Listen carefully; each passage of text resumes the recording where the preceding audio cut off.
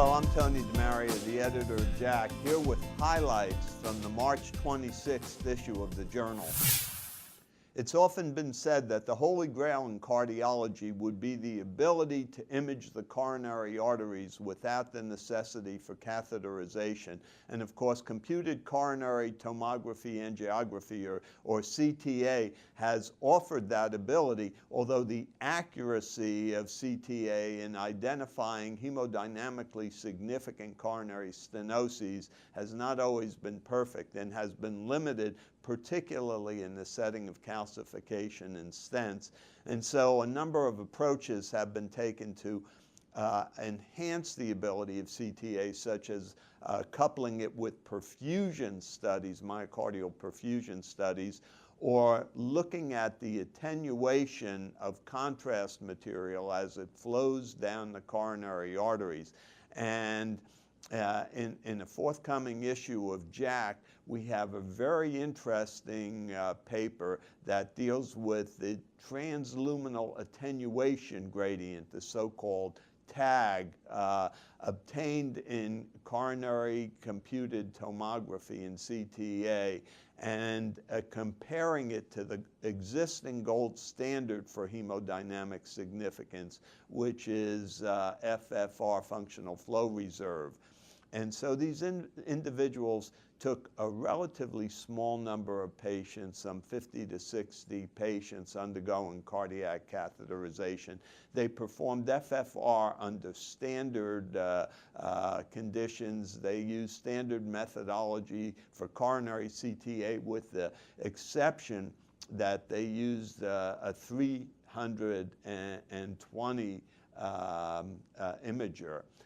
And they then looked at the transluminal attenuation gradient by measuring the contrast intensity in the coronary artery in Hounsfield units at 5 millimeter distances down the coronary tree.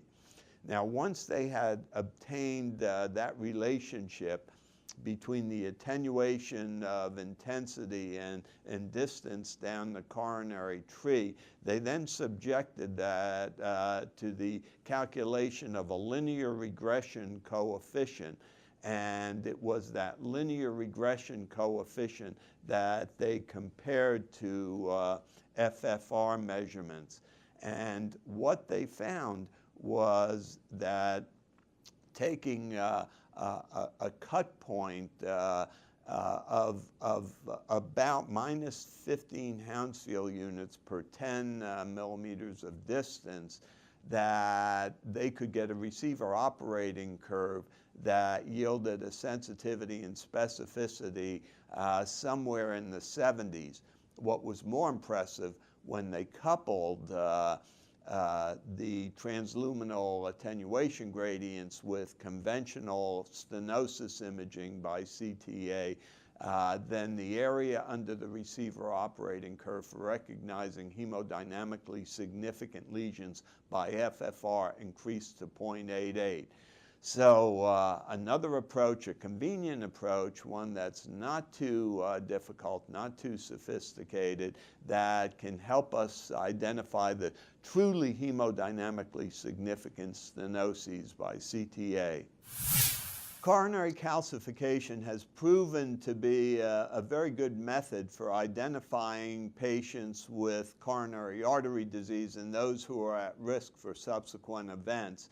But one of the questions that has remained has been, how effective is the progression of coronary calcification in identifying patients who are at risk for cardiovascular events? And to answer this study, the investigators from the MESA trial went and examined serial CTA examinations on the patients, a large group of patients within that study. And they divided the patients into those who had no evidence of coronary calcification on their first examination, and those patients who had some evidence of calcification already at the first examination. And in those individuals who had no calcification at all, even a 5 Agatston unit increase in intensity subjected those patients to a higher risk of both heart events and all events, a risk hazard ratio of about 1.4 to 1.5. In individuals who already had coronary calcification, an annual increase in the Agatston score of 300 units, 100 to 300 units, conveyed again a risk for both heart events and all events, and in this case a hazard ratio of somewhere from 3.5 to 6.5, so a pretty significant increase in hazard ratio. So these are important data, I think. They provide another modality, that is coronary calcium screening in a serial fashion to predict risk of events in patients with coronary artery disease. We've entered the age of high sensitivity troponins, and these have been a mixed blessing. In fact, the assay itself being much, much higher quality, but the ability to detect troponin levels even in normal subjects has made recognition of patients with myocardial infarction perhaps a bit more difficult.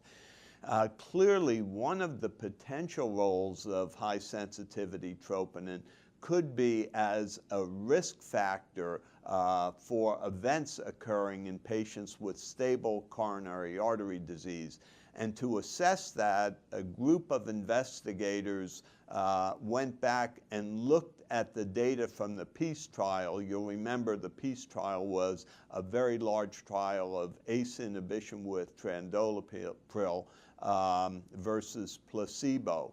And there were over 3,000 patients in this study, all with stable coronary artery disease. And these investigators then specifically looked at high sensitivity troponin I versus high sensitivity troponin T to see the ability to predict events, either death, myocardial infarction, or heart failure. And what they found was, using the high sensitivity troponin I, that in fact they were able to predict events occurring in these patients, that the levels of troponin I, high sensitivity, in the top quartile conveyed a significant risk as compared to the lower 3 quartiles. And that risk was a hazard ratio of 1.88 for either death or heart failure. The risk was just a tad bit lower at 1.44 for myocardial infarction. Now, interestingly, troponin I didn't correlate that closely with troponin T in this particular study. Now, whether that related to the level of the enzyme itself or the method of analysis remains unclear. Troponin I in this particular study was a bit superior to troponin T.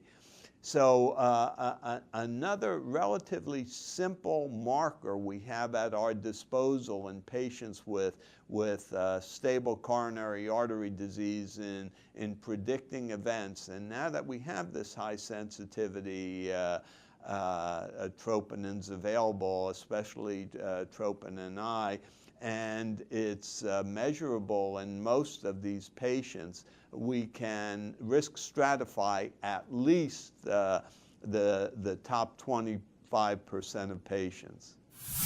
So the March 26th issue of JACC brings forth a number of studies that help our assessment of patients with coronary artery disease.